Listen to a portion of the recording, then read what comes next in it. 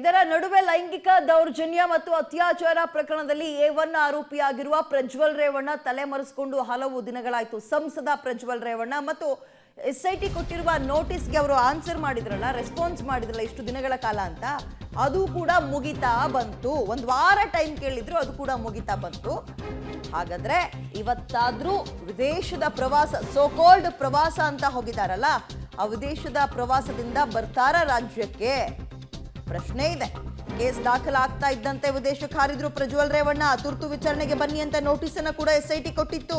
ವಕೀಲರ ಮೂಲಕ ಕಾಲಾವಕಾಶವನ್ನ 1 ವಾರಗಳ ಕಾಲ ಪ್ರಜ್ವಲ್ ಕೇಳಿದ್ರು. ಎಲ್ಲ ಸಮಯ ಕೂಡ ಮುಗಿದೋಗಿದೆ. ಜೊತೆಗೆ ಲುಕ್ಔಟ್ ನೋಟಿಸ್ ಅನ್ನ ಕೂಡ ಆಲ್ರೆಡಿ ಹೊರಡಿಸಲಾಗಿದೆ.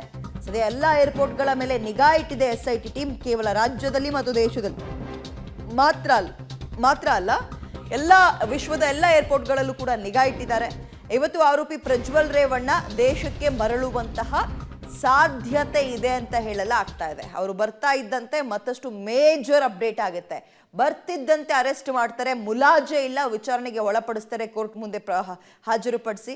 ಸೊ ಇದೀಗ ಪ್ರಜ್ವಲ್ ರೇವಣ್ಣ ಬರ್ತಾರಾ? ಹಾಗಾದ್ರೆ ಜರ್ಮನ್ನಲ್ಲಿದ್ದಾರೆ ಅಂತ ಆರಂಭದಲ್ಲಿ ಮಾಹಿತಿ, ಅದಾದ್ಮೇಲೆ ದುಬೈಗೆ ಲೊಕೇಟ್ ಆಗಿದ್ದಾರೆ ಅನ್ನುವಂತಹ ಮಾಹಿತಿ.